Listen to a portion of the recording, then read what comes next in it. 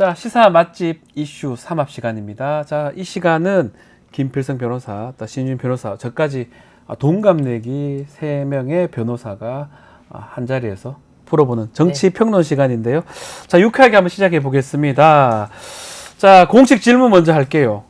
한 주 동안 좀 관심이 갔던 이슈, 우리 김필성 변호사님 어떤 게 있습니까? 아마 아시는 분도 많으실 네. 텐데 광복절 전후로 해서 네. 서울시 지하철에 있었던 그래요. 건물이 잠실역이었나요? 송파역이었나요? 네, 몇 군데 이제 시청역 몇 군데 없어진 일이 있었어요. 네. 그래서 그것 때문에 왜 없어졌냐? 예. 그래서 이제 이런저런 말이 좀 있었고 네. 뭐 이제 지하철 쪽에서는 이게 원래 낡아가지고 이전부터 계획이 있었다 뭐 이런 말도 나오곤 했었는데 네.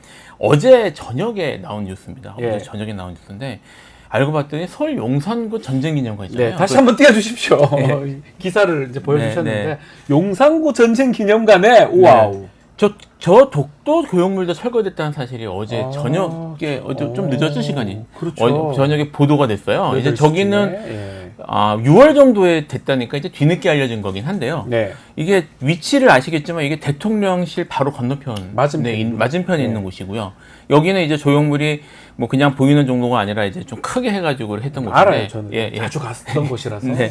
근데 이거를 어디 갔냐 물어봤더니 수장고에 넣었다는 거예요. 창고에 넣어놨다는 거예요. 네. 그래서 그러면 이거를 뭐 어떻게 창고에 넣은 이유가 뭐냐? 뭐 먼지도 많이 타고 어쩌고. 이걸 좀 깨끗하게 닦아서 하거나 아니면 새로운 대체할 계획이 있냐니까 계획도 없다. 네. 사실은 이제 사실 중요하잖아요. 저런 조형물 같은 경우에는 뭐 물론 낡으면 교체할 수는 있는데 그러면 교체하기 전부터 계획을 세워가지고 이게 이제 교체할 때 새로운 뭐가 들어가고 이런 것들이 준비가 돼 있어야 되는데 아무런 준비도 없이 치워버렸다는 거예요.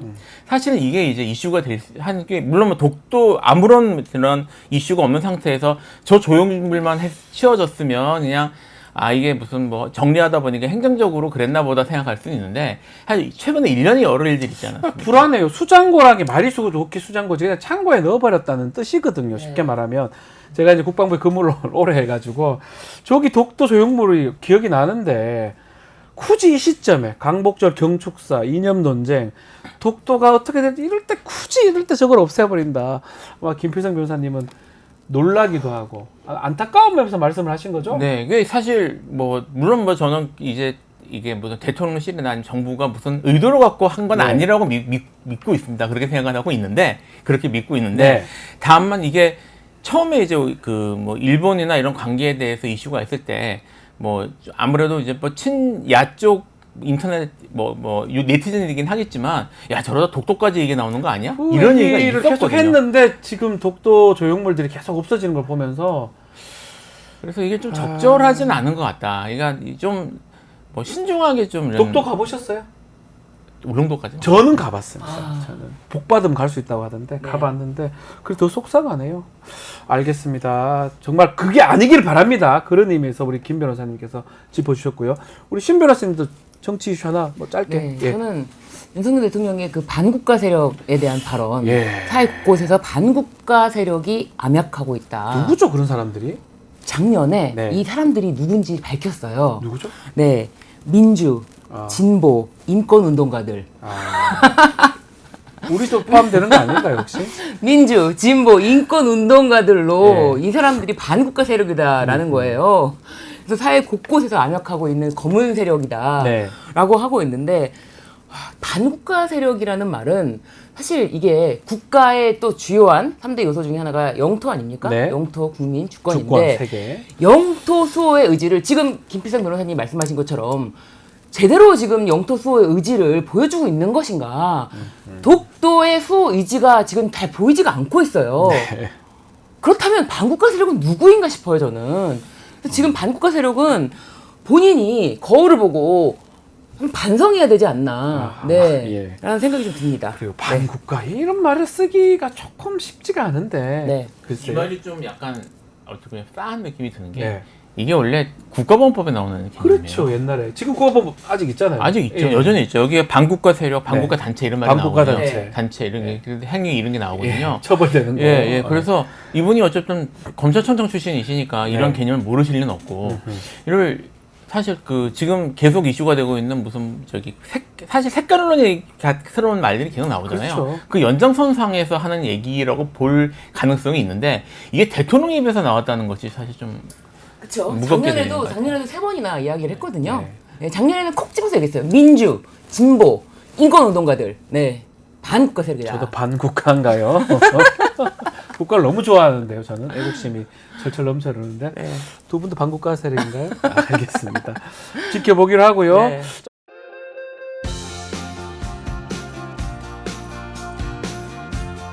자, 용산의 대통령실하고는 언제 만나는 거예요? 아직까지는 뭐 만남 제한 답이 없는 것 같습니다. 대통령실에.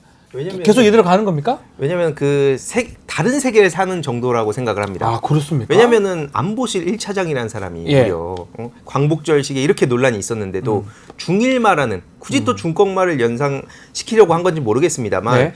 중요한 게 일본 마음이란 거잖아요. 그러니까 그런 생각을 갖고 오히려 여기를 막 무슨 간첩 얘기까지 하고 있는데 그들은 같은 대한민국 국민으로 생각을 안 하는 거예요. 그러니까 네. 신인규 위원장님과 네. 뭐 제가 비슷한 생각도 갖고 있고 당이 또 다른 생각도 갖고 있고 네. 같은 당에서도 그렇게 다른 생각을 갖고 있는 사람들이 있잖아요. 그렇죠. 그 한 국가에서 얼마나 생각이 다양하겠습니까? 네. 근데 그 다양성 자체를 인정 못하고 말살시켜야 될 대상으로 생각하고 있단 말이에요. 아. 그러니까 이제 그런 상황에서 저들도 당연히 이재명 대표랑 만나면 상상도 못하는 거라 보거든요.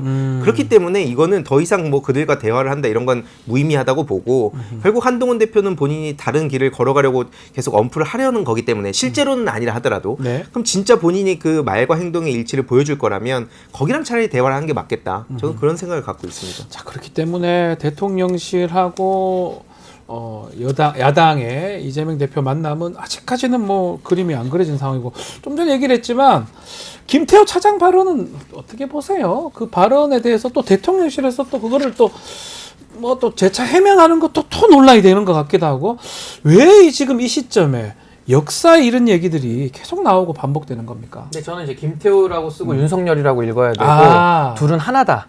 라고 봐야 하나입니까? 됩니다. 왜냐하면 둘이가? 예. 안보실장만 지금 4번 바뀌었거든요. 네. 근데 안보실의 2인자인 이 차장 자리만 김태호 차장이 계속 자리를 유지하고 그러네요. 사실 안보라인의 실세 중에 실세다라고 볼 수밖에 없습니다. 네. 이분이 이제 MB 사람이기도 하고요. 네. 근데 저는 이제 김태호 차장의 그런 인식들을 볼 때 상당히 친일적이고 상당히 반북적이거든요. 근데 윤석열 대통령이 지금 이념 드라이브 거는 것도 이게 대화가 더 이상 이분하고는 힘든 게 네. 후보 시절에는 이념이 이자도 안 꺼냈다가 또 집권한 초기에는 이념이 중요하다 그랬다가 네. 또 지금에 와서 또 이념이 안 중요하다 그랬다가 네. 또 아마 내일은 중요하다 그럴걸요. 그러니까 말이 매번 필요에 따라서 바뀌고 있기 때문에 그러니까 원칙과 철학이 부재하다. 근데 그 부재한 상황을 김태호 차장이 본인이 갖고 있는 친일적인 생각과 반북적인 생각을 저는 갖다 심어놨다라고 저는 분석을 하는 거고 네. 김태호 차장 같은 경우에는 일본의 이익을 지금 국익으로 착각하고 있잖아요. 네. 그럼 일본인이죠. 아니, 일본의 이익이 국익이면 그건 일본 사람이죠. 그래서 저는 차라리 귀하를 좀 고민해 보시면 좋을 것 같고 아니 반대하는 국민들에 대해서는 보통 민주주의라는 것이 5대5니까 네. 반대하는 국민들 설득하고 지지를 더 얻으려고 노력을 해야 정상 정부인데 지금은 반대를 하잖아요. 네. 그냥 반국가 세우고 찍어버립니다. 그러면서 본인들은 일본의 이익을 쫓아가거든요. 이건 지금 대한민국이 아니죠. 이렇게 되면. 납득하기 어렵다는 납득할 수 일본 없죠. 극우 세력들은 1965년 한일 수교 때 다 이제 사과했고 네. 언제까지 사과 요구할 거냐? 아하. 이거 100년 후에도 사과 요구할 거냐? 이런 식으로 얘기를 하고 그걸 왜 대한민국 보수 세력이라는 사람들이 하냐? 그러니까 저는 이러한 보수라고 그 자칭 보수 세력과 신인규 위원장님 같은 그런 보수 정치는 다르다고 보는 겁니다. 다른 근데 이걸 것이다? 자꾸 보수라고 퉁쳐버리니까 말 같지도 않은 결과가 나오는 거라 보는 거고요. 일본의 보수다. 그렇죠. 그 사람들은. 일본을 보수하는 거죠. 예. 저들이 뭘 도대체 어떤 가치를 보수하는 겁니까? 그러니까 그래서 저는 대한민국 보수 세력이라고 저도 볼 수 없는 거고 윤석열 대통령이 틈만 나면 노무현 정신 타령하고 뭐 네. 김건희 씨도 뭐 카톡으로 뭐 노무현 대통령 존경한다 이런 얘기 막 했잖아요. 네. 노무현 대통령께서 어떤 말씀하셨냐면 예전에 그 고이즈미 총리 시절에 우리가 더 바라는 것도 사과를 계속 하라는 게 아니다. 네. 사과를 했으면 그 과거 문제에 대해서 행동으로 보여달라는 겁니다. 그렇죠. 맨날 막 말은 저렇게 해놓고 또 뒤에서는 또 장난질 치고 지금 일본 같은 경우에도 윤석열 정부 시기 때 다 해먹으려는 거 아니에요. 막 독도까지 건드리고 그렇죠. 심지어 대한민국 정부에서는 왜 독도 방어 훈련도 제대로 안 합니까? 그러니까 이런 불안감을 어떻게 해소할 것인지를 보여줘야지 광복절에 무슨 뭐 박민 KBS는 뭐 기미가요를 틀고 있고 이러니까 이거 대한민국 보수 세력으로 볼 수 없다는 겁니다. 아니 그리고 본인들이 네. 뭐 일본에 대해서 자신감이 있다. 아까 뭐 더 이상 사과 요구할 필요 없다. 이렇게 얘기하거든요. 근데 자신감이 있는 사람들이 왜 일처리는 이렇게 하는 겁니까? 네. 자신감이 있는데 대한민국 국익은 다 포기하고 있다. 이게 뭡니까? 알겠습니다. 자, 오늘 의사당 1번 출구 아주 또 따끔한 말씀들까지 마무리가 됐습니다. 항의도 의사 신은규 변호사와 말씀 나눴습니다. 두 번 말씀 감사합니다. 감사합니다. 고맙습니다.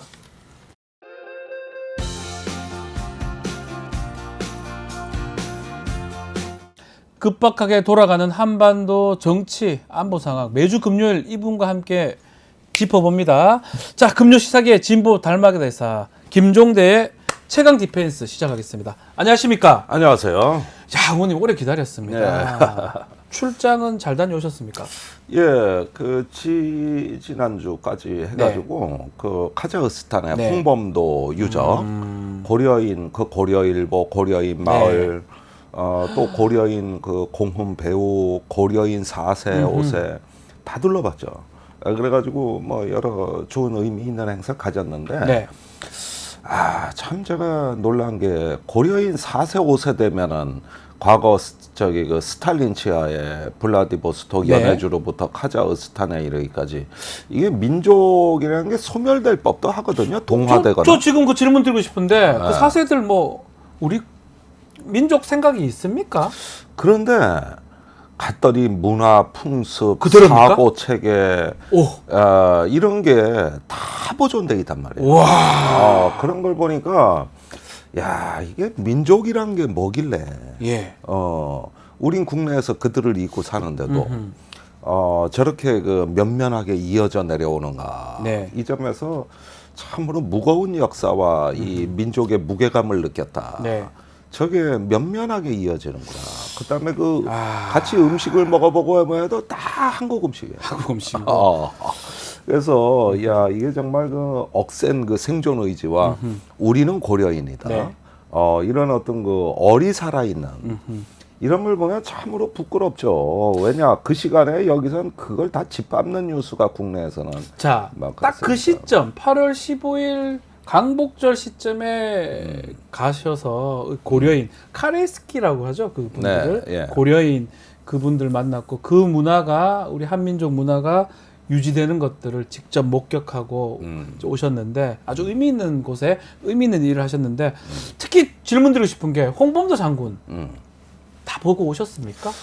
그 원래 저기 묻혀 계시던 그 공원에도 네. 가봤죠. 거기서 이제 묘지를 그 저 운고해 온 거 아닙니까? 네, 맞습니다. 네, 그래가지고 우리가 봉헌을 했는데 그 고려인들 이렇게 이야기해 보면 국내 뉴스를 다 보고 있어요. 다 알고 있습니까? 전부 다. 한국말도 잘합니까? 그거 저 궁금해요. 아니 이제 4세 5세 중에는 말을 못하는 사람이 많은데. 또 당연히 못하겠죠. 그러나 뭐 이제, 하면 이상한 거죠. 고려인들이 그래도 알아는 들어요. 이렇게 나이 드시 한국말을 그래도 알아는 어느 정도? 들어요. 뭐 유창하진 않아도. 그래서 국내 뉴스를 다 보고 있고. 예. 그러다가 이제 그 윤석열 대통령 부부가 얼마 전에 카자흐스탄에 갔죠. 그러니까요. 그러니까 탄탄탄 세국 갔다 왔잖아요. 예. 그러니까 대박 김건희 성형 기사로 보답하더만. 예. 네. 근데 그 기사가 어떻게 나온 건지는 아직까지 우리가 경로를 사람들이 잘 모르는데 네. 이건 국내 뉴스를 열심히 보지 않으면 나올 수 없는 기사거든. 그러니까요. 카자흐스탄에 나오는 기사 맞죠? 네. 저런 걸 어떻게 알고 했는가 싶을 정도로. 그렇죠. 네. 사실은 우리도 SNS에 많이 돌아다녀도 언론에 보도된 적은 없는 없습니다. 기사예요. 근데 예. 딱 보니까 나도 보기 힘든 기사를 네. 카자흐스탄에서 그게 뭐냐면 국내 뉴스를 다 보고 있었다니. 전부 다. 그러면 그 카자흐스탄의 그 우리 고려인들 그분들이 바라보는 우리 홍범도 장군 이전 문제라든지 지금 강복절 경축사 국내 문제 대한민국 문제 어떻게 바라보고 계실까요? 그러니까 이제 홍범도 장군이 네. 이제 마지막 생전에 극장에서 청소하고 네. 표 판매하는 맞습니다. 매표원이지 않았습니까? 예. 그때 저기 그 창극 홍범도가 무대 위에 올려졌습니다. 고려극장에서. 그런데 홍범도 장군 말씀이 예. 나를 이렇게 집중 조명하게 하지 말고 그 주변에 우리 동포 독립군 동지들을 좀 부각시켜라. 이런 말씀을 하셨어요. 이게 왜 나를 중심으로 돌아가냐. 그 말씀하시고 얼마 있다가 그 고려극장에 강도가 들었다고. 네. 4명인가 5명인데 그걸 혼자 맞서 싸웠다고 말이에요. 홍범도 장군이요. 그때 부상을 입었죠. 아. 그 후유증으로 돌아가신 걸로 돼 있어요. 와, 근데 좀 멋있네요, 진짜. 예. 자신의 연극, 자신의 그 공연을 하는데 본인이 거기 극장을 또 경비하는, 관리하는, 예, 청소하는. 그렇습니다. 그리고 그 직후에 강도범 들었을 때 그것을 또 키도 엄청 크고 아이, 그럼요. 또 사진 아직 영상이 사진 같은 게 몇 개 남아 있잖아요. 예. 키가 매우 크고 이런 말씀 드리기 뭐하지만 정말 장군 같아요. 그런 느낌이 들 정도로 아주 모습이 되게 풍채가 있는 분이시라는 거 느꼈는데 하여튼 좀 안타깝습니다. 국내에서는 자꾸 이 봉오동 전투나 이런 것들을 좀 격화시키려고 하는 것 같아서 안타깝습니다. 예? 단순히 이게 역사 수탈이 다시 재현되고 네. 있다는데 문제가 국한되는 게 아니라 이게 지금 저기 뭐랄까 이 독도 문제가 오늘 아침에도 엄청나게 네. 지금 불거지고 있는 상황인데 어떤 내용입니까? 그 제가 어제 한 유튜브에 나가가지고 그 지하철 역사 6군데서 독도 조형물이 예. 사라진 게 이게 보통 사건이 아니다고 맞습니다. 얘기를 한 적이 있어요. 그러면서 아마 뭔가 이걸 짐작케 하는 공문이 있을 거다. 독도 조형물을 없애라 이렇게는 표현을 안 하고 네. 뭐 역사 조형물 정비라든가 이런 식으로 아마 공문을 뿌리고 네. 그리고 뒤로 조정하는 방식으로 이 조형물을 빼돌렸을 거다.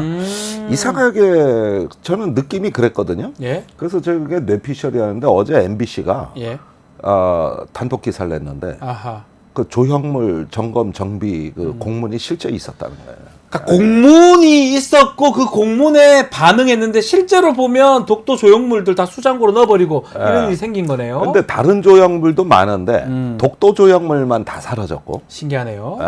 그다음에 안국역, 광화문역, 뭐 이태원역 이렇게 외국인 관광객이 많이 오는 데를 골라서 아하. 그게 주로 저기 6군데인데 이 6군데가 과거에 외국인 관광객이 많이 오는데 역사물을 세운 거거든요. 네. 딱 거기만 없어지는 거예요. 거기만.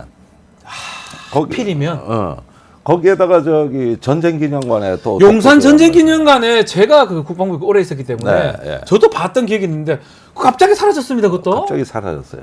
지금 전쟁기념사업회 이사장이 그 백승주 네. 전 국민의힘 의원이거든요. 백승주 의원, 네, 전 의원. 아. 그분이 근데 또 이분이 정치적이란 말이에요. 아니, 국회의원 했잖아요.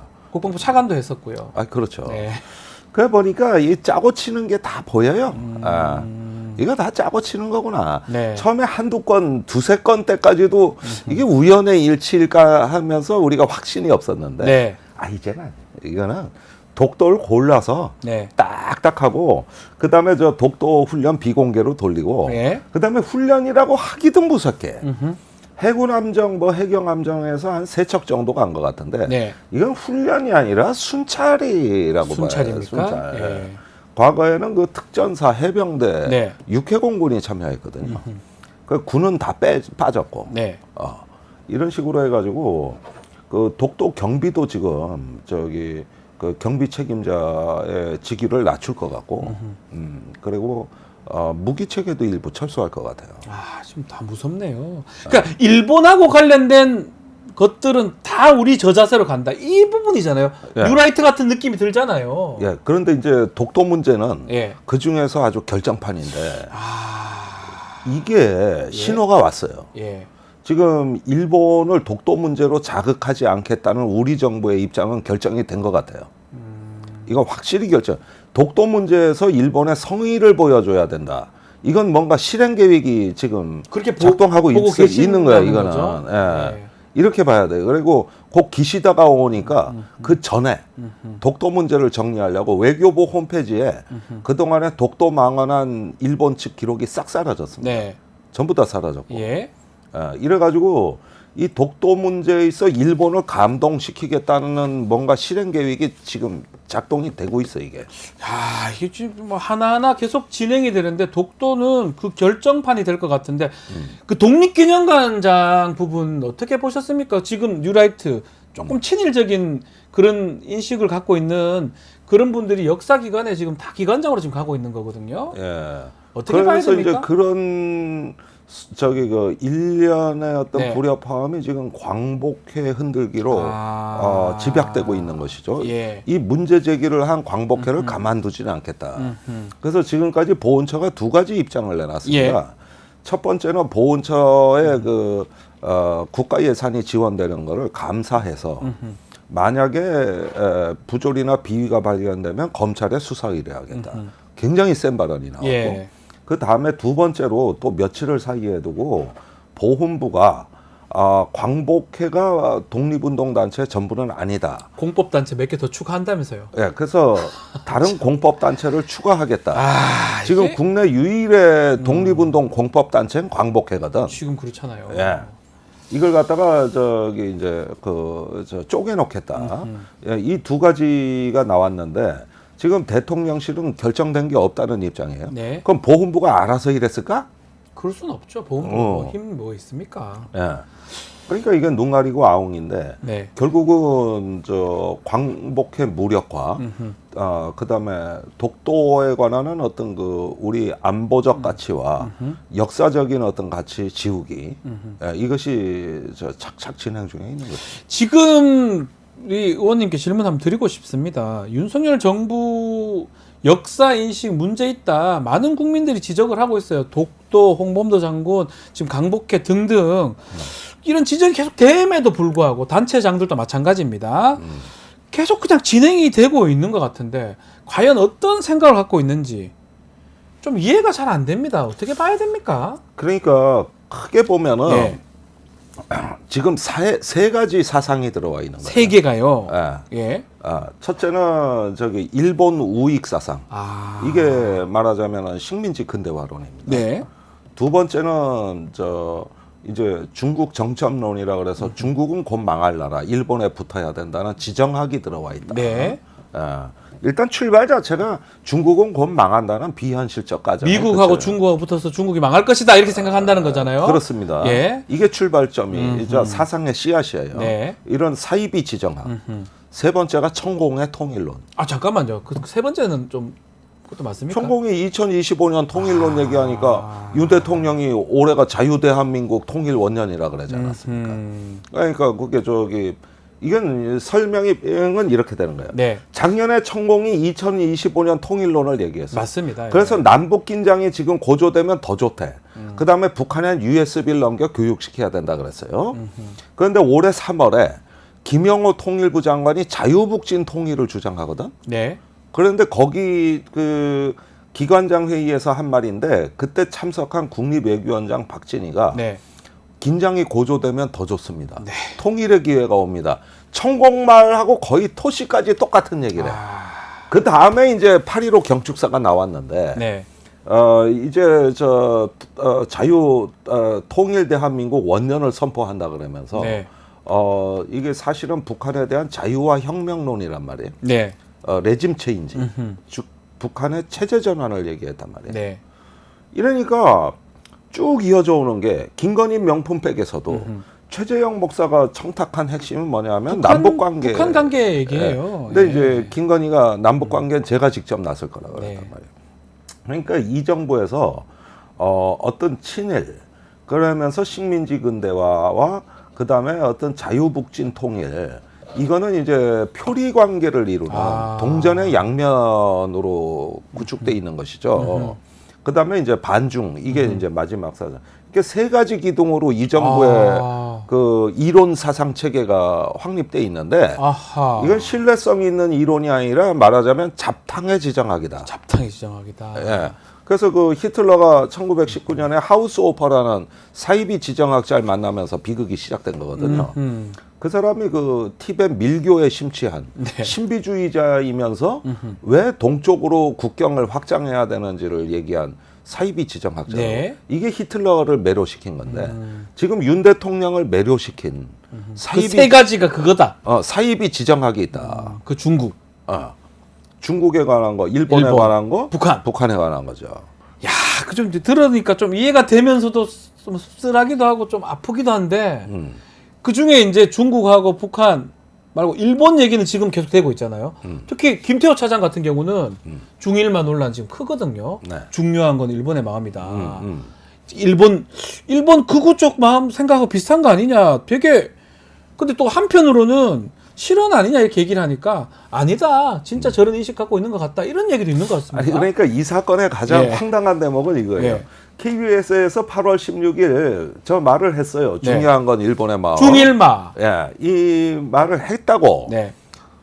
그리고 며칠 있다 검찰은 중요한 건 감사의 마음이다. 요즘은 왜 마음 시리즈가 많어? 중감마입니까? 중감마입니까? 예. 아니 뭐 템플스테이 하나 뭐 마음 공부에 이거는 김건희 여사 디올백 사건 감사의 표시다 이렇게 해가지고 감사의 위헌했습니다. 마음이래. 네. 어쨌든지 간에 16일 날 저 발언이 이제 중일마 발언이 나왔어요. 네. 그런데 이게 문제가 됐어. 그러니까 이튿날 더 엽기적인 사건이 일어난 거예요. 어떤 거죠? 모든 언론에 대통령실 관계자라고 그러면서 그 이 발언에 대한 해명이 나왔는데 네. 일본이 그 사과하는 거 이제 필요하고 있다. 예, 맞습니다. 그러면서 이런 어떤 일본의 상황을 설명하며 해명을 하는데 이 해명을 한 고위 관계자가 김태효야. 그러면 안 되는 거 아닌가요? 어. 자기가 얘기해놓고 자기가 해명한다? 그렇죠. 납득할 수 있습니까? 그러니까 판사, 검사, 변호사 노릇 다 하겠다. 자기가 다 했다는 거예요? 이게 코미디인데 이걸 언론이 안 썼어요. 알고 있는데도 안 썼나요? 어. 이거는 안 되지 않나요? 엠바고라고. 안 되지 이거 않나요? 규칙 어기면 대통령실 출입기자가 쫓겨난다는 거예요. 언론도 그래가지고, 문제네요. 예. 그런데 뭔 의미가 있습니까? 나는- 자기가 이러고 자기가 아니라고 하면 어떡합니까? 다들 제3자가 해명한 줄 알았는데 김태효 저도 그런 줄 알았어요. 본인이야 지금까지. 본인. 이게 뭡니까? 이거 되게 웃기는 대목이거든요. 김태호 이 사람, 김태호 차장 정말 논란이 이전에도 계속 있었잖아요. 근데 지금 국가안보실장은 한 3-4번 바뀌고 있는데 본인은 쭉 갑니다. 네. 실력입니까? 인맥입니까? 이것도 궁금해요. 저는 이게 그 고려 때 신돈이다 이 사람. 예? 완전히 이 사람은 윤 대통령의 눈가기를 완전히 장악했다. 윤 완전히 대통령은 장악했다. 공민왕이고 아. 김태호 이 사람은 신도이다. 신돈이다. 요승. 예. 아. 저기 완전히 장악했어요. 이 사람이 지금 NSC 사무처장을 겸임하고 있거든요. 거기가 그 정보의 길목을 딱 쥐고 있는데요. 실무 라인을 장악하고 있다. 네. 그러니까 대통령한테 올라가는 모든 정보 라인은 다 김태호라는 필터를 통해서. 네. 그다음에 의사결정의 그 길라잡이라는 게 전부 김태호야. 그래서 저 안보실 1차장이라는 건 허울이고 네. 사실은 NSC를 장악하고 있다. NSC가 더 중요하네요. 국가안전보장기구 이 사람이 장하고 있다. 장악하고 있다. 그럼 정보가 대통령한테 그러면은 들어가는 게 다 외교, 통일, 국방, 국정원 다 이렇게 장관들이 모여가지고 NSC 예. 상임위를 하잖아요. 예. 거기서 의제 설정하고 발제하는 게 김태효예요. 본인이 다 하신다. 그러니까 장관이 왜 김태효라니까. 지금 구조가 이렇게 형성이 돼 있고 네. 그다음에 대통령한테 가는 일일 정보 보고를 전부 저기서 장악하고 있는 거예요. 이렇게 보면은 예.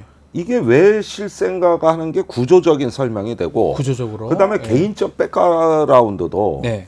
이 사람이 낙하손해상 수상자라는 거야 뭐 다 알려진 사실입니다만 MB 정부 때도 남북 관계의 판을 깨고 네. 한일 군사정보보호협정을 체결하려다가 그때 MB한테 걸려가지고 쫓겨난 사람이라. 못했죠. 그때는. 네. MB도 워낙 이게 극단적으로 일탈을 해버리니까 실세 노릇을 다 하니까 어쩔 수 없이 잘랐지. 네. 예. 지금 그 버릇이 다시 나오고 있는 건데 그때 MB 정부에서 청와대 유일한 외교안보 분야의 뉴라이트가 김태효 한 명이었어요.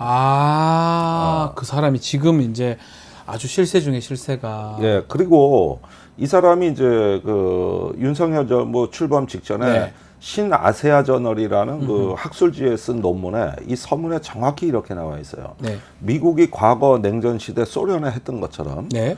대중 봉쇄 정책으로 중국이 굴복하고 쓰러질 때까지 압박할 것이다. 이러면서 완전히 중국을 이겨놓을 것이다. 아하. 그래서 한국은 미중 사이의 균형을 잡는 시대는 끝났다. 아하. 이렇게 글을 쓰거든요.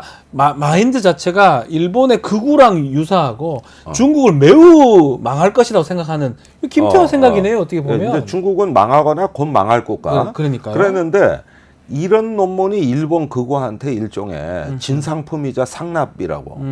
이게 일본이 제일 좋아하는 말이에요. 그렇죠. 아 예. 그래? 그래서 일본한테 붙는 거야. 그러니까 봐봐. 청일 전쟁 때 예. 저 조선에 대한 어떤 영향권을 두고 청나라와 일본이 충돌했잖아요. 그렇죠. 그게 청일 전쟁 아닙니까? 그게 청나라 졌잖아. 예, 줬잖아요. 그래서 일본이 시모노세키 조약 아닙니까 그게? 예, 그 시모노세키 조약인데 그 전에 텐진 조약이라고. 텐진 조약이죠. 텐진 조약. 예. 텐진 조약에서 청나라와 일본은 조선에 출병할 때 상호 통보하기로 했거든. 맞아요. 그래서 청일 그래서 전쟁이- 청일전쟁이 일어난 거고 예, 그 예. 직후에 만든 게 시모노세키 조약인 거죠. 예. 여기서 이제 일본이 결정적 우위를 점하게 되는데 지금 그때 청나라하고 똑같은 경. 네. 이 사람의 세계관에서는 중국이. 예.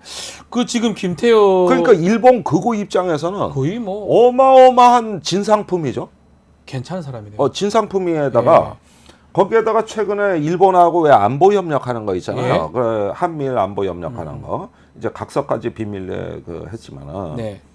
이게 가만히 내가 그 내막을 들여다 보니까 1941년에 일본의 지정학이라고. 그때 일본이 그 석유 금수 조치에다가 예. 미국의 경제 제재로 거의 파탄 상태로 내몰리니까 네. 이걸 돌파할 수 있는 방법은 동인도, 그렇죠. 그 네덜란드령의 동인도로 쳐들어가는 거였어요. 거기에서 유전을 확보한다. 기름. 네. 그래서 자급적 경제권을 확립한다. 그런데 문제는 이걸 하려고 보니까 미국이 배후에서 막고 있죠. 예. 막고 있다. 네. 그러면은 순서를 동인도로 가기 전에 진주만을 먼저 때리고 예. 그 다음에 인도로 가자요. 네. 그런데 지금 일본의 사상이 야, 인도로 가자야. 네. 인도 태평양 전략이란 말이야. 예. 인태. 예. 예. 그런데 이게 80년 만에 부활한 지정학인데 그때 그 거칠은 그 1941년의 판을 현대적으로 부활해서 이번에는 미국을 어떻게 주저앉히냐.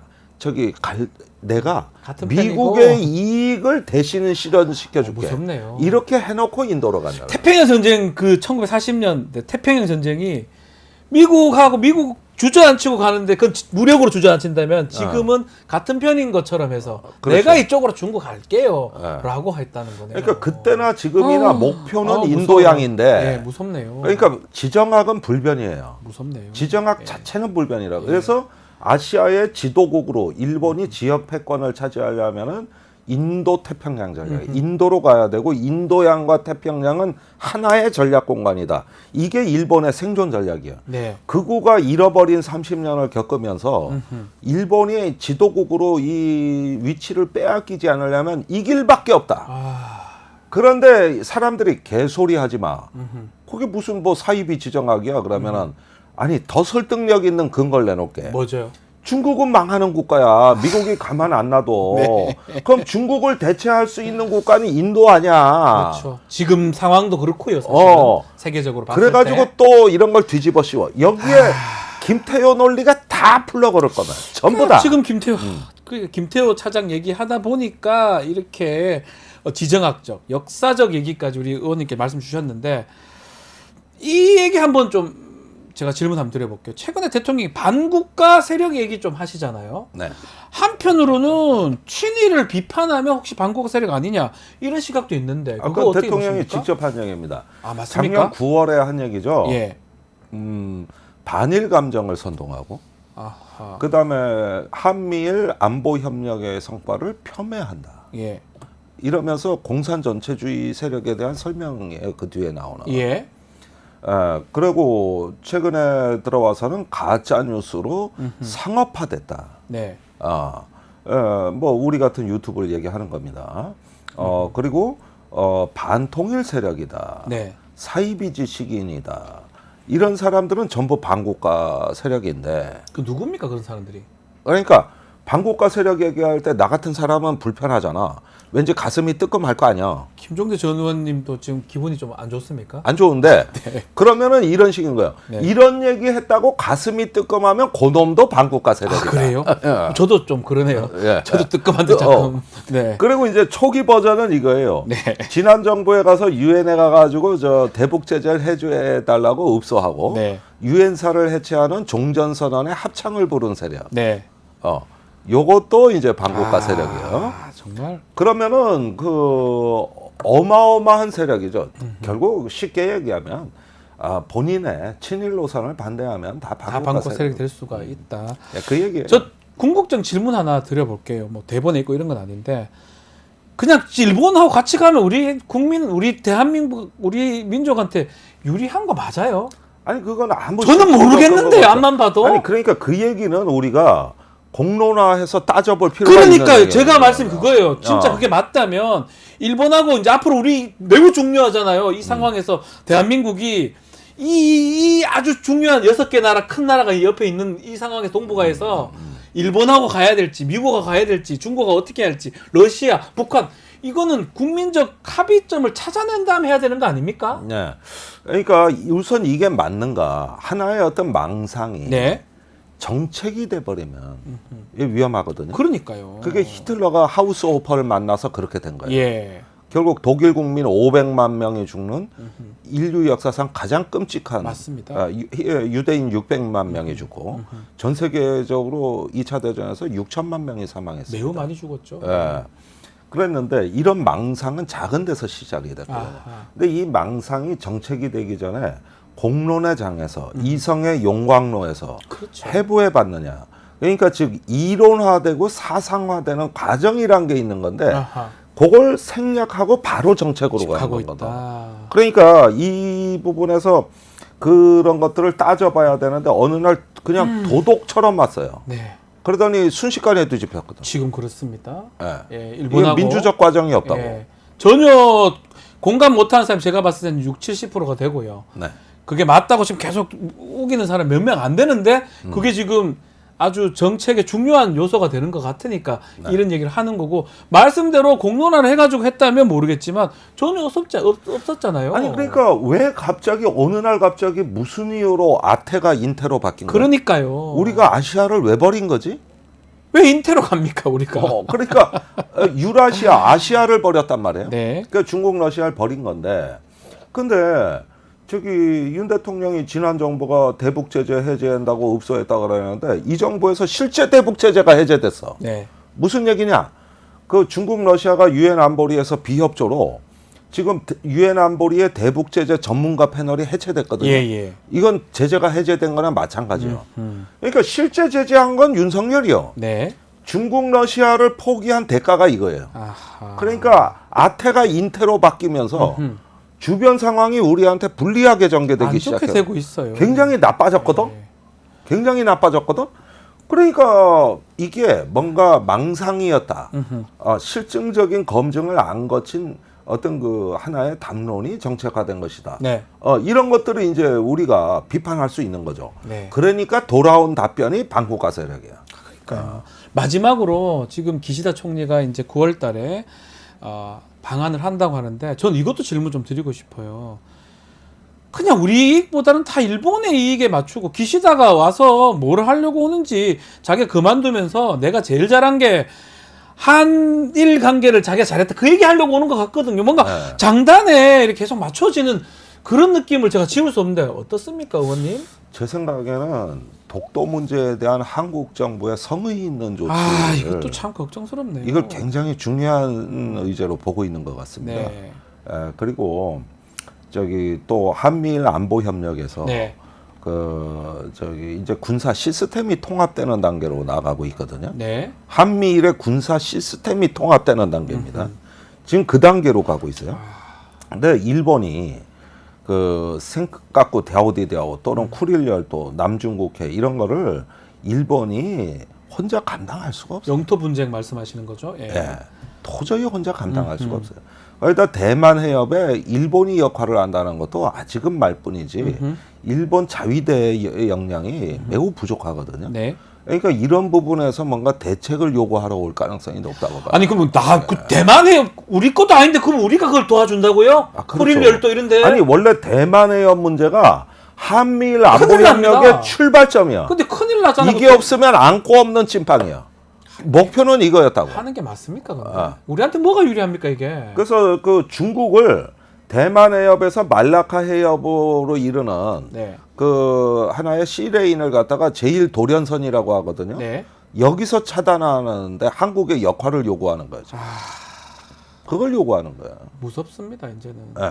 큰일 날 수 있는 거 아닌가요 싶어요. 그렇죠. 그래서 기시다 오지 안 오면 좋겠는데. 이게 지정학적 단층선이 완성되는 거죠. 네. 알겠습니다. 오늘은 뭐 국내 정치 현안보다는 지금 외부 상황, 특히 일본하고 우리 관계 부분, 역사 인식까지 좀 얘기를 나눠봤는데 좀 사실은 좀 우리 3부나 이런 얘기 많이 해야 되는데 그 얘기를 하나도 요즘 못했어요. 3부 얘기 많이 사라졌죠. 시간 다 됐어요. 예, 그거 재밌는 얘기인데. 다음 주에 좀 알겠습니다. 준비해서 3부라든지 좀 말씀을 좀 부탁드리겠습니다. 자, 최강 디펜스 김종대 전원 얘기 들어봤습니다. 감사합니다. 네, 감사합니다.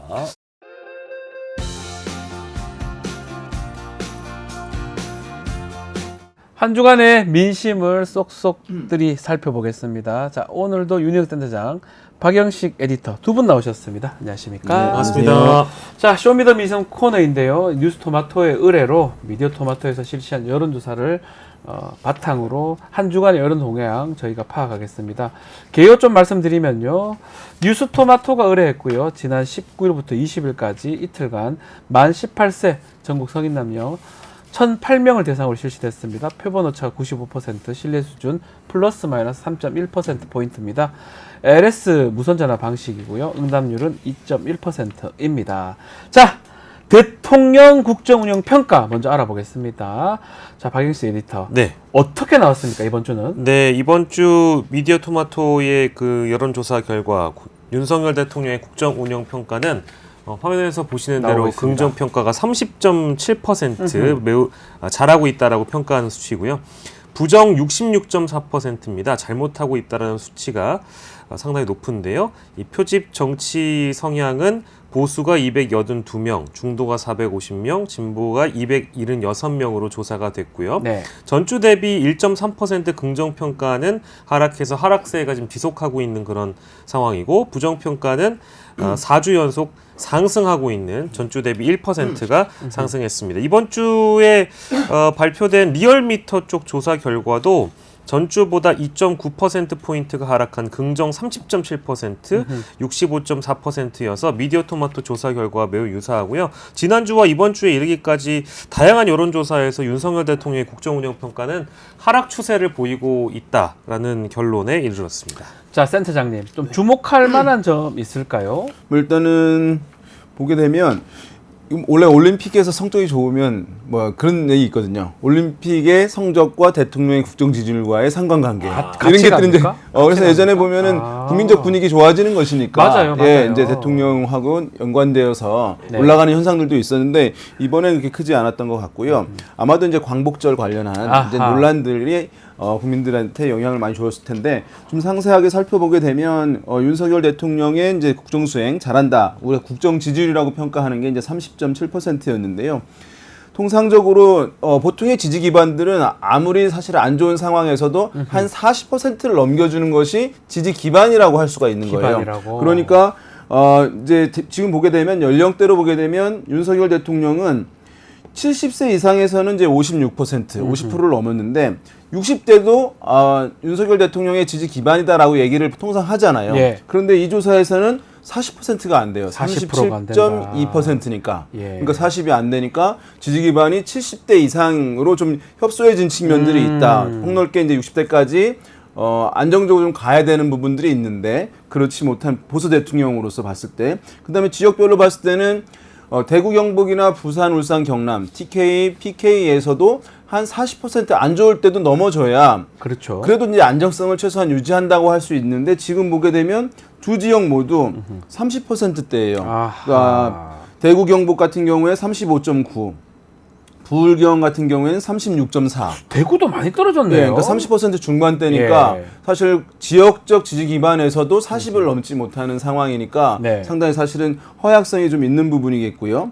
보게 되면 국민의힘 지지층에서는 이제 80.6%를 지지하고 있어요. 그래도 네. 이제 이것은 왜냐하면 정당 지지율이 줄어들면 그렇죠. 비율이 높아도 사실 그 포션은 큰 건 아닌데 네. 어쨌든 이제 80% 나아지고 유지하고 있는데 네. 그러면 이념 성향으로 봤을 때 내가 보수 성향이다라고 생각하는 분들은 그래도 70% 이상 정도는 지지를 보내주거나 그나마? 긍정평가 해줘야 되거든요. 아하. 그런데 지금 보게 되면 보수 성향층에서 61.5%만이 모자라네요. 긍정평가를 하고 있으니까 아. 그러니까 보수 정당 지지층이 있고요. 그것을 테두리를 둘러싸고 있는 게 그 이념 성향이에요. 그렇죠. 그러니까 보수 성향층이라고 할 수 있는데 그 부분에서는 사실은 이게 60% 정도 선이니까 상당히 사실은 이것도 허약성이 있는 부분이 보수라면 한 7, 80%는 지지를 해야 되는데 70% 이상 가져야 되는 60% 다? 것이거든요. 예, 그런 아. 부분이니까 상당히 좀 이후에 이제 예. 국정 동력을 확보하거나 국정의 이제 안정성을 가져가기 위해서는 방금 말씀드려준 네. 뭐 중도층이나 다른 수도권에서 이제 좋아지면 훨씬 더 이제 좋겠지만 그 지지 기반이라고 하는 연령에서 또는 지역에서 또는 이념 성향층에서 최소한치를 넘어져야 되는데 네. 지금 그렇지 못해서 상당히 허약성을 좀 보여주고 있는 상황이다. 이렇게 좀 분석을 해볼 이게 수 있습니다. 30%대 얘기하잖아요. 6대3. 그렇죠. 30%대 뭐 얘기하는데 진짜 30이에요, 이제. 30.7. 그 계속 쭉 떨어지고는 있고 또 막 20이나 뭐 이로까지는 잘 안 가는 것 같아요. 예, 뭐 그 20으로 실제 갈지는 좀 지켜봐야 되겠습니다만 네. 지금 이제 윤용 센터장님 분석에 따르자면 보수 지지 기반에서도 조금씩 이제 균열이 생기고 약간씩. 있고 예. 떠받쳐주는 이 어떤 그 토대가 무너지고 있다라고 볼 수 있는 거잖아요. 근데 이 조사 기간에 따르자면 19일과 20일이니까 이제 월요일과 화요일이거든요. 네. 근데 주말 사이를 넘어서 월요일, 화요일까지 영향을 미쳤던 이슈가 무엇이 있는지를 보면 진보뿐만 아니라 보수, 이제 전통적인 보수도 인정할 수가 없는 그런 역사에 그렇죠. 대한 인식 문제, 광복절. 그리고 또 예. 일본과의 관계성을 우리가 생각을 해보면 중일마라는 발언이 있었습니다. 이게 또 너무 화제가 되다 보니까 결국 이게 그 대통령실, 그 대통령으로부터 자초된 그런 주제들이 보수층에게조차 인정을 받지 못하고 있는 그런 아하. 내용들이 많이 있는 것 같아요. 뭐 김태효 차장의 발언이라든지 또 그걸 두둔하는 대통령실의 어떤 설명이 일본이 수십 차례 사과했다, 누적된 피로감이 있다, 이제 이런 발언을 해버리니까 그렇죠. 당연히 전통적인 보수 지지층에서도 균열이 생길 수밖에 없는 것 같고요. 또 하나는 이 제가 평가하기로는 대통령이 월요일에 했던 국무회의 발언 있잖아요. 네. 우리 사회 내부의 자유민주주의 체제를 위협하는 반국가 세력들 암약하고 있다. 그러니까 이것도 사실은 작년에는 이념이 제일 중요하다고 대통령이 강조를 해놓고 올해는 광복절 전에 민생 얘기를 분명히 했거든요.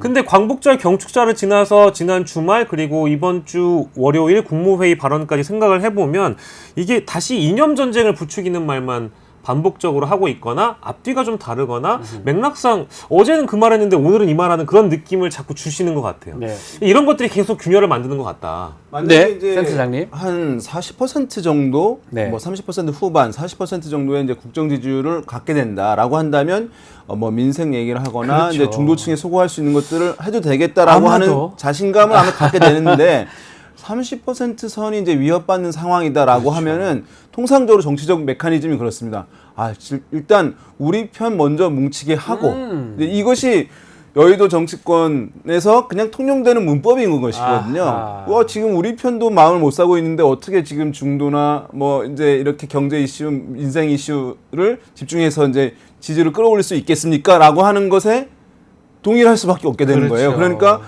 아까 우리 박 에디터가 말씀하셨듯이 반국가 세력이 암약하고 있다 이런 것들은 보수 성향층들을 다시 한번 결집을 할 필요성이 먼저 우선적으로 있다라고 하는 판단. 지금 상황이 녹록치 않기 때문에 네. 그렇게 판단을 해서 아마도 얘기들이 나온 것 아닌가. 이 생각해 봅니다. 30% 턱걸이 하고 있는 이 상황 자체가 오히려 그 30%를 잡기 위해서 국정 방향 자체를 약간은 이념적인 얘기, 보수들이 좋아할 만한 얘기를 더 한다는 거죠. 근데 이게 딜레마예요. 딜레마예요. 그러니까 왜냐하면은 더 올라가지도 않고 더 요걸 내려- 해서 더 떨어지는 걸 막는 효과는 있을 수 있는데 그러니까요. 그 이제 일반 대중들, 중도층 등의 일반 생각이 아 저렇게 매여 있구나, 갇혀 있구나라고 하는 인식을 강화하니까 추가적인 상승을 어렵게 하는 부분들이 있는 거니까 사실 딜레마인 부분인 것 크죠. 참 알겠습니다.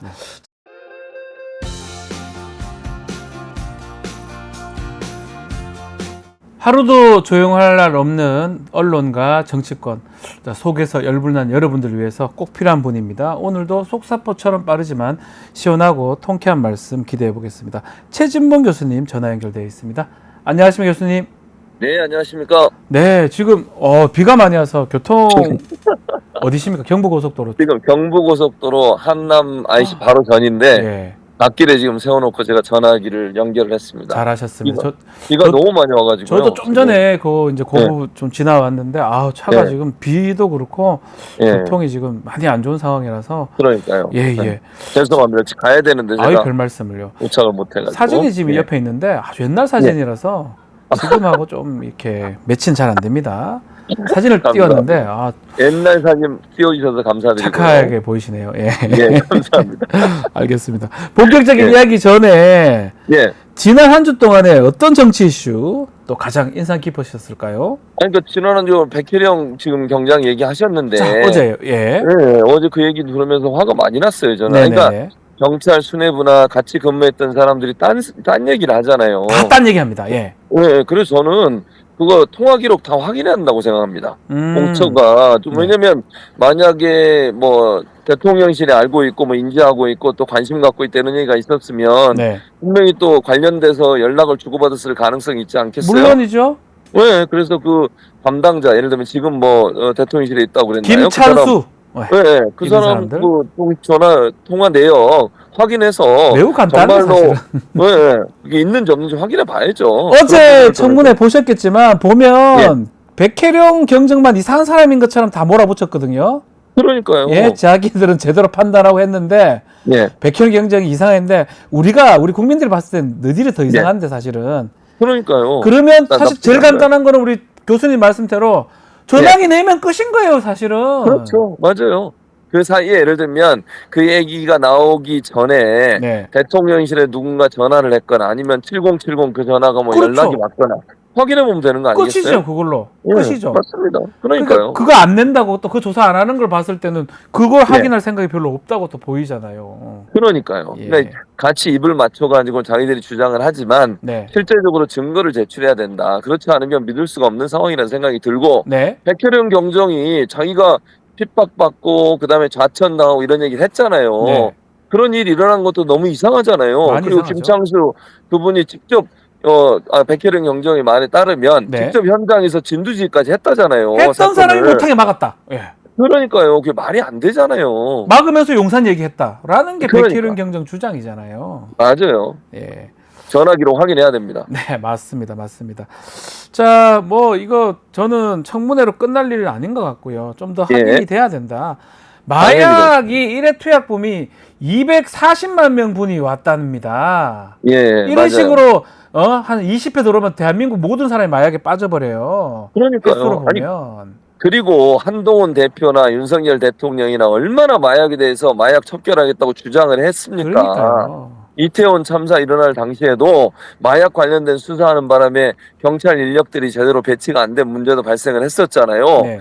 그렇게 마약과의 전쟁을 선포하더니 마약 관련된 거 이렇게 덮어주는 일에 세관에서 했다고 하는데 그런 제보가 들어온 것에 대해 수사를 하는 것을 문제를 삼고 그걸 덮으려고 했다고 하면 이상합니다. 이건 말이 안 되는 거죠. 그러니까요. 알겠습니다. 뭐 그 얘기는 좀 다시 또 하기로 하고요. 예. 자, 오늘 언론 얘기도 좀 해야 되니까 이 예. 얘기 좀 질문 드려볼게요. 김이가요 좋아하십니까? 아니요? 무슨 말씀이세요? KBS에서 강복절 예. 당일날 예. 0시에 강복절 0시에 김이가요가 왔습니다. 일단은 예. 이 사태 교수님은 어떻게 보셨어요? 이 방송 해야 되는 이 사태 그래도. 저는 예. 그게 뭐 실수라는 얘기를 하던데 실수였다고 보기가 어렵다. 왜냐하면 광복절 날 0시에 그런 프로그램이 나갔을 때 문제가 될 거라고 생각하는 건 상식이에요. 상식. 이거 뭐 깊이 고민할 문제가 아니에요. 상식이다. 예. 상식이죠. 기미가요. 또 일본의 여성과 이제 미국 군 장교 이 두 사람의 사랑 얘기지만 네. 그 안에 내용을 보면 기미가요가 나오는 걸 다 알고 있는 내용인데 그거를 어떻게 광복절날 0시에 틀 생각을 합니까? 그거 저는 의도적이라고 생각해요. 의도적이 의도적이다, 아니라면 일부러. 그건, 예. 아니 저는 그렇게 생각할 수밖에 없어요. 아니 왜냐면 이게 만약에 누구든 편성을 하는 사람이든 그걸 뭐 구매를 해서 방송을 하는 사람들이 하더라도 네. 사전에 내용이 뭔지 다 시사회를 합니다. 그 내용이 뭔지 확인해보고 그리고 나서 이걸 언제 방영할지를 결정하는 거예요. 시점으로 봐서 광복절 0시에 그걸 방송을 했다? 이거는 비난받을 게 뻔한 일인데 네. 그냥 막 밀어붙이는 거예요. 근데 이거는 실수라고 하는 것 자체를 저는 믿을 수 없고요. 네. 의도적으로 했다 이렇게 볼 수밖에 없습니다. 자, 박민 KBS 사장 이번 사태에 예. 관련해서 엄정 조치하겠다라고 말하면서 임원회에서는 또 이런 얘기를 했더라고요. 예, 제작 자율성을 존중하다 보니까 이런 일이 일어났다. 참 자율성을 어처구니가 존중하다고? 이거 이해됩니까? 저는 아니 이해가 안 됩니다. 이게 무슨 말도 안 되는 궤변이에요. 이게 왜 그러냐면요. 네. 잘 아시는 것처럼 이 그 프로그램 관련해서 이승만 미화 찬양하는 그런 프로그램이 있었잖아요. 네. 다큐멘터리. 그 프로그램 같은 경우도 제작진들이 반대를 했어요. 그러니까 제작 자율성을 침해한 거죠. 편성의 자율성을 침해한 거고. 그러니까 지금 세 가지 문제잖아요. 태극기를 거꾸로 방송을 하질 않나. 이승만 찬양하고 미화하는 다큐멘터리를 구입해서 방송을 하질 않나. 지금 기미가요가 나오는 나비 부인을 방송하지 않나. 세 가지 문제인데 네. 그중에 지금 핵심이 되는 게 아까 말씀드린 것처럼 이승만 찬양 관련된 거. 왜 제가 그 얘기를 하냐면 나비 부인 관련해서는 이게 편성을 예컨대 제작진이 직접 한 게 아니고 아마 다른 데서 한 것 같아요. 예. 그런데 이승만 미화 찬양 그 다큐멘터리 같은 경우에는 제작진들이 엄청나게 반대했어요. 그게 자유를 준 겁니까? 억압을 한 거지? 그래서 제작진들이 이거 왜냐하면 너무 길이가 길어서 이거를 이제 편집을 좀 해야 되는 상황인데 그 편집을 제작진한테 하라고 지시를 했는데 그걸 거부를 했어요. 네. 그래서 직접 그 간부들이 직접 했어요. 편집을. 그러면 이게 제작 자율성을 보장한 겁니까? 제작진들은 반대한 걸 간부들이 나서가지고 자기들이 편성해서 편집해서 내보낸 거 아닙니까? 그렇죠. 제작 자율성을 억압한 거죠. 근데 그거를 제작 자율성이 너무 보장되다 보니까 이렇다? 이건 포석이다, 포석. 예. 어떤 포석이냐? 뭐죠? 제작 자율성을 더 억압하겠다는 포석이에요. 억압하려고 이런 얘기를 근거를 들었다. 당연하죠. 당연히 그럴 수밖에 없죠. 이게 문제가 되는 걸 자기들 책임인데 그 책임을 밑에 있는 PD들 아니면 제작진들에게 떠넘겨서 네. 그 사람들의 제작 자율성을 억압하려는 시도로 보인다. 이렇게 분석하는 게 맞습니다. 자, 그리고 방심위가 이번 그 KBS의 그 나비 부인 방영 관련해서 신속 심의 결정을 했는데 신속 심의 이게 조금 이례적이라고 평가도 있는데 예. 어떻게 보십니까? 방심위. 왜냐하면 예. 신속 심의라고 하는 건 예를 들어서 이게 방송 프로그램의 문제보다는 네. 인터넷이나 아니면 유튜브 같은 데서 피해자가 발생하는 사안들이에요. 아니면 사회적으로 큰 피해를 불러올 수 있는 사안들은 신속심의를 해서 바로 차단을 하게 만들 때 쓰는 게 신속심의예요. 예. 이 사안이 무슨 신속심의를 할 사안입니까? 아니 문제가 명확하고 이미 방송은 나갔고 공영방송이 방송한 내용이니까 거기에 대해 심의를 하는 것은 절차대로 순서대로 하면 돼요. 네. 다른 심의 안건들 쭉 올라온 대로 하면 된다는 말씀을 드리는 거예요.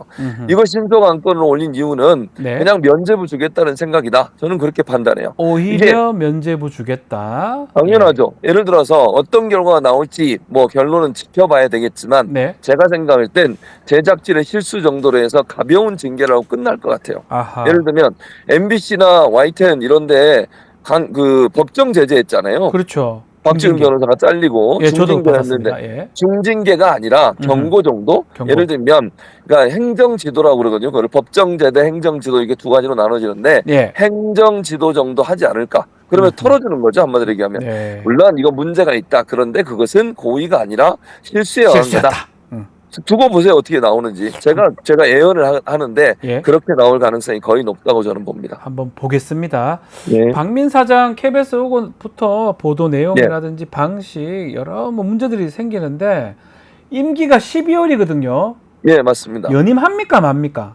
제가 볼 때 연임할 가능성이 90% 이상이다. 90% 이상이다. 왜냐면 박민의 방송이라고 비판받음에도 불구하고 전혀 바꾸지 않잖아요. 네. 아니 KBS가 우리가 여러 번 이 코너에서 다뤘지만 뭐 윤석열 대통령이 원유 나온다고 하니까 그걸 10꼭지를 다루질 않나. 네, 엄청 중요한 많습니다. 이슈는 뒤로 빼지를 않나. 네. 제대로 보도를 안 하고 윤석열 대통령 홍보에 혈안이 돼 있질 않나. 그런 여러 가지 상황들을 봤을 때 네. 박민 사장이 들어와서 윤석열 대통령이나 대통령실 입장에서 얼마나 좋겠어요. 문제 있는 거 다 보도 안 하고 네. 예를 들면 네. 그리고 뭐 윤석열 대통령의 정책이나 이런 거 홍보해주고 이런 좋은 방송이 어디 있어요. 윤석열 대통령 입장에서는 그렇다고 하면 윤석열 대통령 입장에서 이 사람을 바꿀 이유가 없죠. 네. 그리고 지금 현재 KBS 이사진의 숫자가 여당 추천 몫이 훨씬 많기 때문에 과반수로 결정하거든요. 사장 네. 추천을. 그렇게 되면 제가 볼 때는 뭐 거의 90% 이상 박민을 계속 앉혀놓고 정권의 친화적인 그런 방송 역할을 하도록 만드는 것. 그것이 바로 윤석열 대통령이 원하는 방법이 아닌가 이런 생각이 듭니다. 마지막으로 최근에 윤석열 정부 뭐 강복절 정축사도 그렇고 예. 이념 관련해서 좀 일본에 예. 좀 경도되는 모습이잖아요. 이 일본에 그렇죠. 경도되는 모습하고 이 기미가요 뭐 등등 KBS 지금 하는 거하고 좀 같이 연장선상에 있다 이렇게 봐도 되는 겁니까? 당연히 연장선상에 일본 있죠. 편입니까? 예. 제가 말씀드린 것처럼 KBS의 방송 태도나 보도 내용들을 보면 프로그램 예. 편성이나 전체적으로 윤석열 대통령실이나 윤석열 정부의 어떤 기조와 크게 반대되지 않아요. 거의 대부분이. 아니 공영방송이 뭐 이런 예를 들어서 기미가요 문제도 그렇고 이승만 미화 다큐멘터리도 그렇고 이런 문제들이요. 왜 이렇게 계속 일어나는 거예요. 예. 그리고 윤석열 대통령 관련해서 문제가 되는 뭐 김건희 여사 관련된 논란이 되는 특검법이라든지 이런 사안들은 축소해서 보도하거나 뒤로 빼서 나중에 보도하거나 이런 일들이 계속 반복되고 있잖아요. 맞습니다.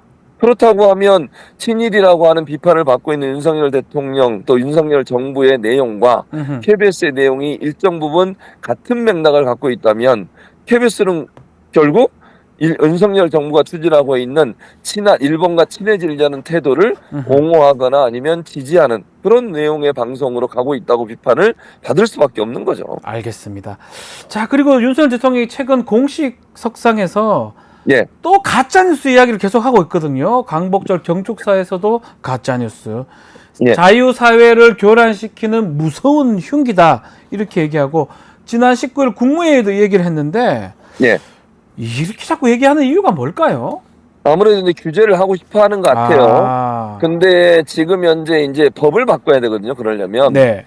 그러니까 현재 법을 바꾸려면 방송법을 바꿔야 하는데 방송법 범위 안에 그러니까 규제하고 제재하는 범위 안에 인터넷 예를 들면 유튜브를 포함한 SNS나 인터넷 규제를 집어내야 되는 건 어려워요. 네. 왜냐하면 민주당이 반대를 하고 있기 때문에 그건 불가능하다고 보여지고요. 근데 또 하나 정보통신망법으로 이제 규제를 할 가능성은 있거든요. 네. 정보통신망법의 명예훼손의 범위 안에는 유튜브나 SNS가 포함돼 있어요. 네. 그래서 그 부분을 약간 수정하거나 시행령을 바꿀 가능성 이런 가능성은 저는 있다고 봅니다. 그러니까 지난번에도 국회가 법을 통과시켜도 예전에 한동훈 법무부 장관 지금의 대표지만 네. 그분이 시행령 바꿔가지고 막 여러 가지 잘못된 행동을 하잖아요. 네. 그런 일들이 일어날 가능성은 있다. 그러니까 시행령의 어떤 교체를 통해서 시행령을 대통령령으로 바꿔서 일정 부분 뭐 유튜브나 아니면 SNS상에서 비판적 여론들을 일정 부분 제재하고 규제하는 그런 방법으로 가는 가능성이 있다고 봐요. 그러니까 가짜뉴스 얘기를 계속 하는 거죠. 가짜뉴스 이게 아니 근데 예. 가짜뉴스를 누가 많이 하는지 모르겠어요. 아니 어디가 많이 합니까? 저는 유튜버들 중에 가짜뉴스 하는 데가 지금 이제 저는 윤석열 대통령의 말에서 나오는 가짜뉴스의 대상은 제가 볼 때는 진보 진영의 채널들이라고 보지만 그쪽 말하는 보수 건데. 진영의 채널들은 가짜뉴스 안 합니까? 아니 제가 볼 때요 극우 유튜브 채널들 가짜뉴스 많이 한다고 저는 생각해요. 네. 근데 그런 부분들에 대한 제재를 하질 않잖아요. 그렇죠. 뭔 제재를 해요? 그리고 인터넷상에서 정보의 유통은 가능한 한 자율적 심의에 맡기고 정부기관이 규제하고 통제하는 건 막아야 돼요. 맞습니다. 본인들이 잘 생각해 보세요. 본인들이 예전에 언론중재법 문재인 정부 때 바꾸고 그거 좀 징계하는 과징금을 좀 높이자고 했더니 얼마나 반대를 했습니까? 네. 그렇게 반대를 해대는 사람들이 이제는 규제하겠다고 나서면 이건 말이 안 되는 거죠. 국민의힘에서 포털 불공정 개혁 TF팀 이거 출범시켰는데 지난 12일입니다. 이거는 어떤 조직입니까? 뭐 가짜뉴스 척결하는 뭐 그 비슷한 조직입니까? 그런 조직보다는 네. 포털 있잖아요. 네. 네이버 다음 크게 네이버 다음 두 개를 압박하려는 TF예요. 네. 막 찾아갔더라고 네이버까지 직접 이런 일을 할 수가 있는 겁니까 대체? 아하. 아니 정당이 그것도 여당이 사기업에 찾아가가지고 뉴스를 공정하게 하네 안 하네 하는데요. 네. 제가 한번 이렇게 얘기해볼게요. 우리 시청자분들 잘 생각해 보세요. 음흠. 실제로 네이버에서 상단에 그 CP사라고 그러거든요. 그거를 네. 컨텐츠 파트너스 그래서 컨텐츠 제휴사라고 하는데 그 제휴사가 한 150개 정도 돼요. 140 몇 개 되는데 우리나라는 네. 그 컨텐츠 제휴사들 중에 보수가 많은가 진보가 많은가 진보 매체가 많은가 보세요 한번. 제가 볼 때는요 진보 매체에 들어간 건 제가 정확하진 않는데 예를 네. 들면 뭐 경향, 한겨레, 오마이 뉴스 뭐 이 정도 그 정도밖에 들어갔을 안 거예요. 보이는데. 네. 그리고 나머지는 전부 다 경제지, 그 다음에 조중동, 뭐 이런 언론사들이잖아요. 근데 경제지나 조중동이 진보 매체라고 분류가 됩니까? 일반 국민들을 볼 때 그렇게 보도하고 있습니까? 아니잖아요. 그런데 그런 사람들이 더 많은데 그게 불공정하다고 지금 얘기를 하고 있어요. 네. 아니 그럼 얼마나 공정해? 그러니까 제 말은 100% 그럼 윤석열 정부 지지하고 윤석열 정부에게 칭찬하는 그런 보도만 나와야 되는 거예요? 그걸 원하는 거예요? 아니 이거는요 이런 불만은 야당에서 해야 돼. 야당에서 민주당에서. 아. 아니 생각해 보세요. 지금 가서 한번 네이버 쳐보세요. 네. 어느 언론사의 보도가 제일 위에 올라와 있는지. 보통 이제 아까 CP사가 150여 개 된다고 그랬는데 그 중에 보통 한 29개, 30개 정도의 언론사의 기사가 첫째 화면에 떠요. 네. 상단에. 그 상단에 떴던 기사들 한번 보시라고요. 그게 정말 편파적이고 윤석열 대통령을 비판하는 기사인지 이 사람들은 정말 저는 이해를 못하겠어요. 아하. 아니 실제적으로 진보 진영의 매체들을 더 많이 위에 안 띄워주고 밑으로 띄우고 정부의 비판적 기사들이 더 많이 안 뜬다고 저는 개인적으로 생각해요. 분석해보면. 네. 그런데 이것마저도 그렇게 한두 개 올라오는 것마저도 용납을 못하겠다는 건지 그리고 언론사들이 보수 언론들도 가끔 비판하는 적 있잖아요. 네. 그런 내용들을 아예 못 올리게 하려고 하는 것인지 아. 해도 너무한다 이런 생각이 듭니다. 그 지금 CP사 말씀하셨는데 국민의힘 입장에서는 전국 언론 노동조합 관련된 언론사가 CP사로 선정이 돼서 한다. 국민의힘 지금 보니까 한국기자협회 기간지 또 기자협회 보도 좌파 언론이다. 이렇게 얘기하는데 이 부분 어떻게 봐야 됩니까? 자, 기자협회보는요. 예. 기자들의 단체, 기자들의 그 협회요. 기자협회라고 한국기자협회가 있는데 네. 그 기자협회는 조중동도 들어와 있고요. 경제지도 들어와 있고요. 우리나라의 언론사들 기자들이 다 들어와 있는 그 협회예요. 협회라는 게 잘 아시는 것처럼 이익단체잖아요. 네. 기자들의 연합체고요. 아니 조중동 경제지 다 들어와 있는 기자협회에서 만든 협회보를 무슨 좌파 언론이라고 그래요. 아니 그러면 그 거기 들어와 있는 조중동 기자들도 좌파예요 다? 아니 무슨 말도 안 되는 주장을 하는지 모르겠어요. 아니 그러니까 기자협회라고 하는 것이 무슨 뭐 경향신문 한겨레 기자들만 모인 게 아니라고요. 아까 네. 말씀드린 것처럼 일반 기자 조중동 종편 뭐 이런 기자들이 다 들어와 있어요. 협회에. 네. 그 사람들이 공동으로 만드는 협회보를 어떻게 좌파 언론이라고 얘기를 합니까? 그런 논리 자체가 말이 안 되는 거죠. 믿을 수가 없고 말이 안 된다.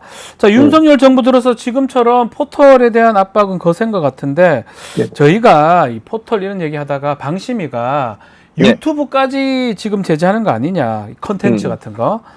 정말 이거 좀 우려스러운데 이거 어떻게 보십니까?